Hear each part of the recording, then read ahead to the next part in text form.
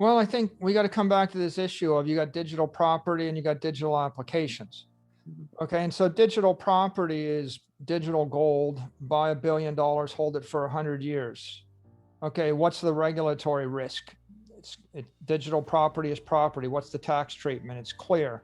What about, does the CFTC or the SEC care about it? No, it's not, it's property. So it's a very clear regulatory zone. What about digital applications? DeFi. Well, what's a token? What's a security? What's money? What's a currency? So I think that if you're an institution and you're just looking for an institutional investment in the crypto space, you want to stay in an area like Bitcoin, which is a very well settled, least uncertain area of regulatory risk. If you go into the other areas, you're going to have to, I have to opine on how will the SEC eventually view tokens and how will the Fed view Tether and stable coins, and and I don't really want to express an opinion. The way I see it metaphorically is Bitcoin, if you own 100,000 Bitcoin, you own 100,000 blocks in cyber Manhattan, and it's just cyber granite. You're owning granite in cyberspace for 1,000 years. There are other people that are building buildings on those blocks. So, if Ethereum is a platform, or smart chain type crypto is a platform, they're creating a building with the idea that people will put businesses in those buildings. And then you've got the applications, and those are the businesses. And my view is I'd rather own, all the land in Manhattan for 500 years. The building's good for 50 years. The business may be good for 5 years. The business is sexy. It's like the disco or the restaurant, or it's the insurance company or the whatever it is. They're sexy and interesting. And the building is beautiful. It's very cool. Look, I have a 100-story building.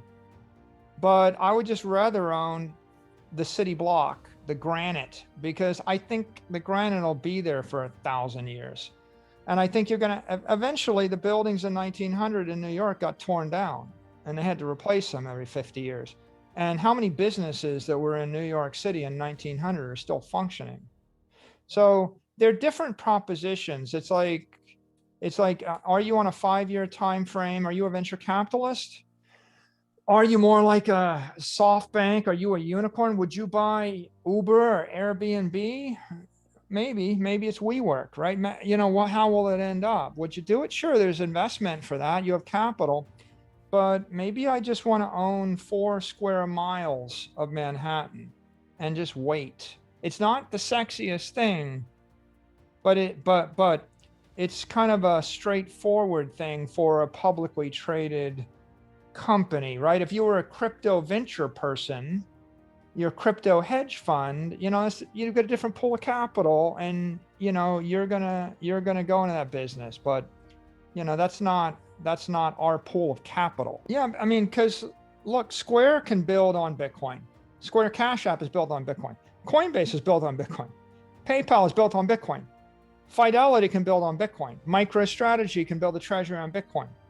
But also Ethereum, Binance Smart Chains, they can all build on Bitcoin. They can all wrap Bitcoin, right? Lightning can build on Bitcoin. Lots of things can build on Bitcoin. Like I give you a 44,000 square foot block of granite, a city block or an acre or something. What can you do with it? Anything you can imagine. And so we don't really want to express an opinion about who wins. Will it be Lightning? Will it be some other crypto? Will it be Apple Pay? Will it be Google Pay? Will it be Facebook? Will it be Fidelity or JP Morgan? Will it be an ETF? They're all just different things, applications you can build on Bitcoin, right? There's a million different derivatives of Bitcoin. That's what's interesting about Bitcoin. So we're just, Howard Hughes went to Vegas and he just bought hundreds of thousands of acres around Vegas. They're still building houses on land that Howard Hughes bought in Vegas. But how many businesses and buildings have come and gone since Howard Hughes died in Vegas? But the land's still there. So it's just a different investment philosophy, and everybody's got different pools of capital. So you just got to decide what's your time frequency and what's your risk tolerance and what's your pool of capital, and that's how you allocate. Well, I mean, I do think that Bitcoin will emerge as one of the basic monetary indexes of the 21st century, and it's demonetizing gold as property. It's demonetizing commercial real estate as property. It's demonetizing the S&P index, the Vanguard 500 as property. It's demonetizing people's homes as property. It's demonetizing savings accounts as property. And it's demonetizing bonds as property, and so all of those are just places people put money to save it over long periods of time. And so if you think about how much money there is that just wants a pure store of value without taking a credit risk, when you hold bonds, you take credit risk to get a store of value. And when the bond is yielding 1% interest, right, and the credit risk is 3% of default every year, that becomes return-free risk, right? So if I want to own bonds, I have to take credit risk. If I want to own stock, I have to take execution risk and competitive risk. And if I want to own a pure currency, I have to take inflation risk. And if I want to own real estate, well, then you have to take some kind of liquidity risk and tax risk, right? What happens if the government decides to double the property tax rate on your real estate, or they impair it by saying you can't lease it out anymore, or you can't subdivide it or something? So every one of those forms of property, or like you want to own Picassos, well, there's risk that people fall out of love with Picasso and there's a new artist. So they all have their own risk. And if people just wanted to minimize their risk and just put their money into a digital property and carry it on their smartphone for the next 100 years and move it from family member to family member and from country to country, right, then Bitcoin kind of meets that bill. I don't know why that can't become a $100 trillion thing. Like, why not? Yeah. So, okay, why can't it be 100 or 200 times bigger than it is right now? It certainly can be bigger than gold, but gold is just one way that people store value for the long term. It's not the most popular.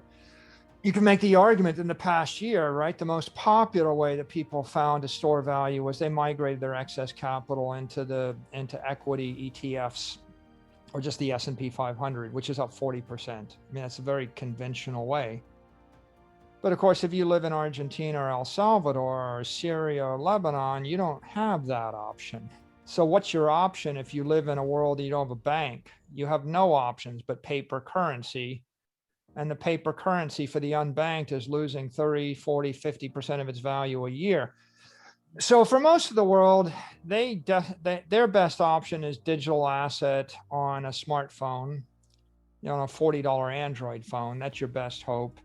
And I think that increasingly in the Western world, in Western Europe and the United States, Bitcoin will start to be viewed as the risk-off asset for the crypto world, which is, and it will start to be viewed as a less risky big tech investment than owning a big tech stock. And as that happens, then it will monetize and it will grow it'll be like the next Vanguard 500 or, S&P index, that was a big thing when people just decided to buy the index. That's what I see this is. It's like a less risky global monetary index, 24/7, 365. The S&P puts companies into the S&P 500 and takes them out.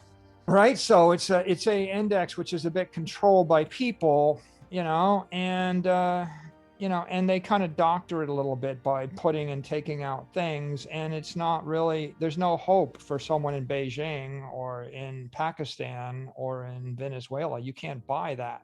So that's how I see Bitcoin. I see it as massive upside as a monetary index over time.